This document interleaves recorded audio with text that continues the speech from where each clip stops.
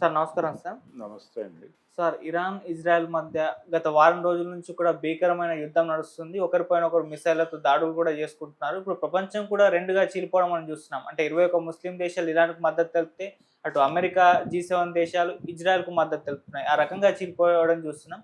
అసలేంటి యుద్ధం మరి ఆగుతుందా? లేకుంటే సుదీర్ఘకాలం పాటు కంటిన్యూ అవుతుందా? మరి యుద్ధానికి గల కారణాలేంటి? మీరేం చెప్తారు సార్ దీనికి సంబంధించి? అంటే ఇది బైబుల్, ఖురాన్ మధ్య జరుగుతున్నటువంటి యుద్ధంగా ప్రొజెక్షన్ జరుగుతోంది కానీ, హ్మ్. నిజానికి అన్ని మతాలు మధ్యాసియా నుంచి పుట్టిన మతాలే. అంటే భాషాపరమైనటువంటి సారూప్యత చూసినా అర్థమైపోతుంది. ఈ రోజున హిందూ మతం అని చెప్పుకుంటున్నది కూడా ఆర్యుల నుంచి వచ్చిందా, ఎక్కడి నుంచి వచ్చిందా అనేది పక్కన పెడితే, ఇది కూడా మధ్య ఆసియా నుంచి వచ్చినటువంటిదే. అందుకనే మీకు సంస్కృతానికి, అరబ్బీకి, ఉర్దూకి వీటన్నిటికీ చాలా దగ్గర పోలికలు ఉంటాయి. పదాలతో మాత్రమే కాదు, రాసేటువంటి పద్ధతితో సహా ఒకేలా ఉంటాయి. చాలా సందర్భాల్లో బైబిల్కి, భగవద్గీతకి మధ్య చాలా పోలికలు కనిపిస్తాయి. అంటే క్రీస్తు జననము, కృష్ణుడి జననము దాదాపు ఒకేలా జరుగుతుంది. ఇలాంటి పోలికలు చాలా కనిపిస్తాయి. అలాగే పాత్రల పరమైనటువంటి పోలికలు కూడా కనిపిస్తాయి. ఇబ్రహీం, అలాగే అబ్రహాం, ఆ తర్వాత ఇక్కడ బ్రహ్మ, బృహస్పతి, ఈ పాత్రలన్నీ దాదాపుగా ఒకటే. ఇలాంటి అనేక సారూప్యతలు ప్రస్తుతం ప్రపంచంలో ఉన్నటువంటి చాలా మతాల మధ్య సారూప్యత కనిపిస్తుంది. ఇక్కడి నుంచి అటు ఎక్స్పాండ్ అయింది. ఇది క్రిస్టియానిటీ అరబ్బుల ప్రాంతం నుంచి అటు యూరప్కి ఎక్స్పాండ్ అయినటువంటి క్రిస్టియానిటీ ఇప్పుడు తన మాతృదేశం అయినటువంటి అంటే బైబిల్ మాతృగడ్డ అయినటువంటి ఇజ్రాయెల్ని కాపాడుకునేటువంటి ప్రయత్నంలో భాగంగా వాళ్ళందరూ రంగంలోకి దిగారు. ఫ్రాన్సు, అలాగే బ్రిటన్ కూడా రంగంలోకి దిగింది. ఎవరు ఇజ్రాయెల్కి మద్దతుగా దిగినా మేము వాళ్ళని ఉపేక్షించం, ఎట్టి పరిస్థితుల్లోనూ వాళ్ళ మీద దాడులు చేసి తీరుతామని ఇరాన్ ప్రకటించింది. సైనిక పరంగా చూస్తే ఇజ్రాయెల్తో కంపేర్ చేస్తే ఇరాన్ దగ్గర ఉన్నటువంటి ఆయుధాలు నాసిరకమైన ఆయుధాలనే చెప్పుకోవాలి. అంటే వాళ్ళ దగ్గర చాలా పాతకాలపు యుద్ధ విమానాలు ఉన్నాయి. టార్గెట్లు కొట్టడం వాళ్ళకి ఈజీ అయినంతగా వీళ్ళకి సాధ్యం కాని పరిస్థితి ఉంది. వీళ్ళు ఇంకొక ఏరియా నుంచి ప్రయోగించాల్సి వస్తుంది. అక్కడ వాళ్ళకి అనుమతులు లేవు. అనుమతులు లేని అంటే 60ల నాటి యుద్ధ విమానాలతో వాళ్ళు చేసే యుద్ధం ఏమిటి అంటున్నారు, కానీ అక్కడ అణుబాంబులు ఉన్నాయి. పాకిస్తాన్ దగ్గర కూడా అణుబాంబు ఉంది. పాకిస్తాన్ని ఒక అణుబాంబు ఉన్నటువంటి ఇస్లామిక్ కంట్రీగా అమెరికా గుర్తించి అణ్వాయుధ నివారణ కార్యక్రమంలో భాగంగా ఆ రోజున భారత్ ఆపరేషన్ సింధూర్ అనే పేరుతో ముందుకు కదిలినప్పుడు ఇమ్మీడియట్గా ట్రంప్ గారు మధ్యలోకి వచ్చి నో అన్నాడు. కానీ అక్కడ ఆ మాట అనటం లేదు. అంటే ఆయన ప్రోగ్రామ్ ఏమిటి? పుతిన్, ట్రంప్ మధ్య చర్చలు జరుగుతున్నాయి. ఇప్పుడు ఏం చేయాలి, ఎట్లా హోల్డ్ చేయాలి, దీన్ని ఎట్లా ముగింపు పలకాలి అనే దాని మీద చర్చలు జరుగుతున్నాయి. దాడులు ఒకవైపు రెండు పక్కలా జరుగుతున్నాయి. ఇరాన్ చాలా కాన్షియస్గానే దాడులు చేస్తోంది. ఇరాన్ చేస్తున్నటువంటి దాడులు ఎంత టెక్నికల్గా అడ్వాన్స్గా ఉన్నాం మేమని చెప్పుకున్నప్పటికీ ఇజ్రాయెల్కి సాధ్యం కావడం లేదు. గెరిల్లా పద్ధతుల్లో దాడులు చేస్తున్నారు వాళ్ళు. ఈ గెరిల్లా యుద్ధాన్ని, ఇరాన్ చేస్తున్న గెరిల్లా యుద్ధాన్ని ఎలా అడ్డుకోవాలి అనే దానిలో ఇజ్రాయెల్ తలమునకలై ఉంది. ఈ మధ్యలో సివిలియన్ మరణాలు ఏ స్థాయిలో సంభవించబోతున్నాయనేది అంతర్జాతీయ సమాజానికి ఒక ఆందోళన ఉంది. ఈ ఆందోళన నేపథ్యంలో యుద్ధాన్ని పొడిగించటం అంటే ఒక పాత ఇది ఉంది. యుద్ధాలకు సంబంధించి ఆయుధాలు తయారు చేయటం గొప్ప కాదు, యుద్ధాలను క్రియేట్ చేయటం గొప్ప అని. అంటే ఆయుధాలకి మార్కెట్ క్రియేట్ చేయాలి. ఆ మార్కెట్ క్రియేట్ చేయాలంటే యుద్ధం క్రియేట్ చేయాలి. ఆయుధ వ్యాపారులే యుద్ధాలు క్రియేట్ చేస్తారు అనేటువంటి ఒక అభిప్రాయం చాలామందిలో ఉంది. ఒక రకంగా పాత ఆయుధ వ్యాపారులు ఇద్దరూ కూడా ఇప్పుడు సమావేశమై ఈ యుద్ధాన్ని కొనసాగించాలా, ఆపితే ఎలా ఆపాలి అనే దాని మీద చర్చలు జరుపుతుంది రష్యా, అలాగే అమెరికా. వీరి మధ్య చర్చలు ఇప్పుడు పుతిన్ బర్త్డే సందర్భంగా సమావేశం అని చెప్తున్నారు.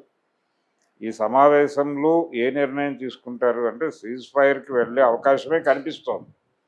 కానీ ఇష్యూ ఉంది అక్కడ. అంటే కేవలం ల్యాండ్కి సంబంధించిన సమస్యలే కాదు, ఇరు దేశాల మధ్య ద్వైపాక్షికమైనటువంటి అనేక ఇతర సమస్యలు కూడా ఉన్నాయి. వాటి పరిష్కారానికి మొండి ధోరణిలో వెళ్ళాలి అనే ఇరాన్ భావిస్తోంది.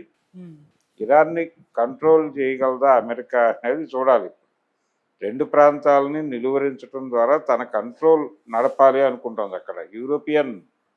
యూరోపియన్ దేశాలన్నింటినీ పక్కకి జరిపి తను లబ్ధి పొందే పద్ధతిలో ఈ యుద్ధం ఆపటం, అంటే ఈ యుద్ధం ఆపటం అనే కార్యక్రమం, తన మీద ప్రెజర్ అంతర్జాతీయంగా బిల్డ్ కావాలని అమెరికా కోరుకుంటాం.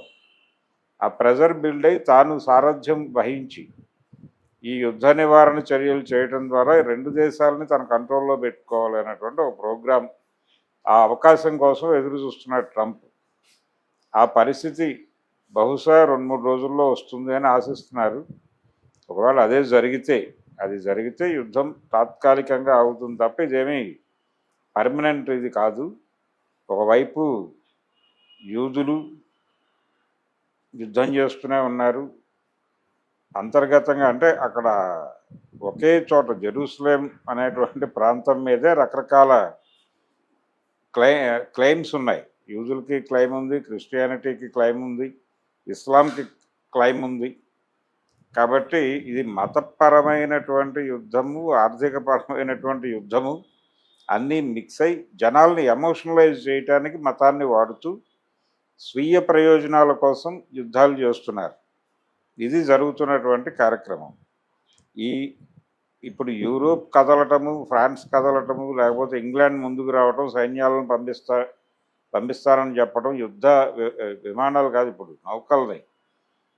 నిజానికి నావీ ఏరియాలో వాళ్ళు చాలా బలమైనటువంటి శక్తి ఇంగ్లాండ్. అందుకని వీళ్ళందరూ కదలటం అనేది కొంచెం ఇరాన్ని టెర్రరైజ్ చేస్తుంది అనేటువంటి అభిప్రాయం అమెరికాకు కూడా ఉంది.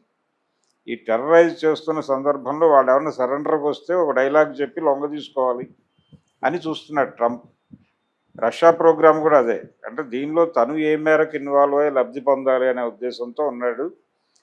ఒక రకంగా ఇదంతా గల్ఫ్తో లింక్ అయి ఉన్నటువంటి ఏరియా కాబట్టి టోటల్గా మధ్య ఆసియా మీద తమ పట్టు నిలబెట్టుకోవటానికి అమెరికా తాపత్రయపడుతోంది. అందుకని యుద్ధాన్ని నిలువరించటమా కొనసాగించటమా అనేది ఆయన తన అదుపాజ్ఞల్లోకి ఈ ప్రాంతం వస్తుందా రాదా అనే దాని మీద కథ నడుపుతున్నాడు. దీనికి వ్యతిరేకంగా అంతర్జాతీయ సమాజం నుంచి ఒక యుద్ధం కనుక మొదలైతే అది జరగట్లేదు. అది జరగకుండా కేవలం అక్కడి వరకే కన్ఫైన్ అవుతున్నారు.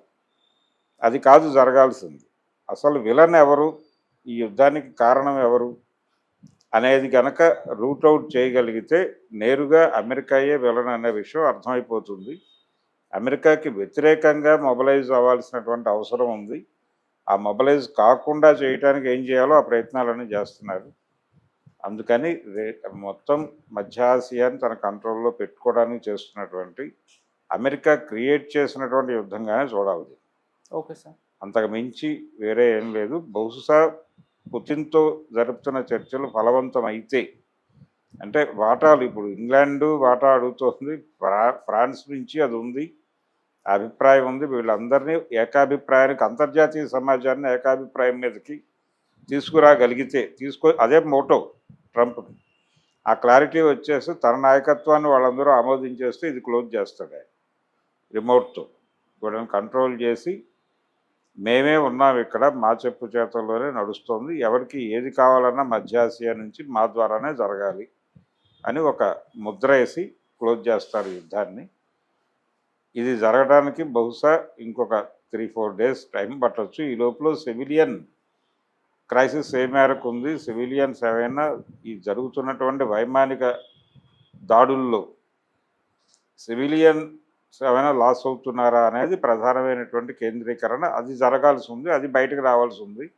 దాని మీద ప్రెజర్ బిల్డప్ అయి అంతర్జాతీయ సమాజం నుంచి ఈ ఆయుధ వ్యాపారుల మీద, అలాగే ఇప్పుడు యుద్ధాన్ని రకరకాలుగా వాడుకోవడానికి సైన్యాలను పంపిస్తున్నటువంటి ఫ్రాన్సు, బ్రిటన్ వీళ్ళ మీద కూడా ఒక యుద్ధ నివారణ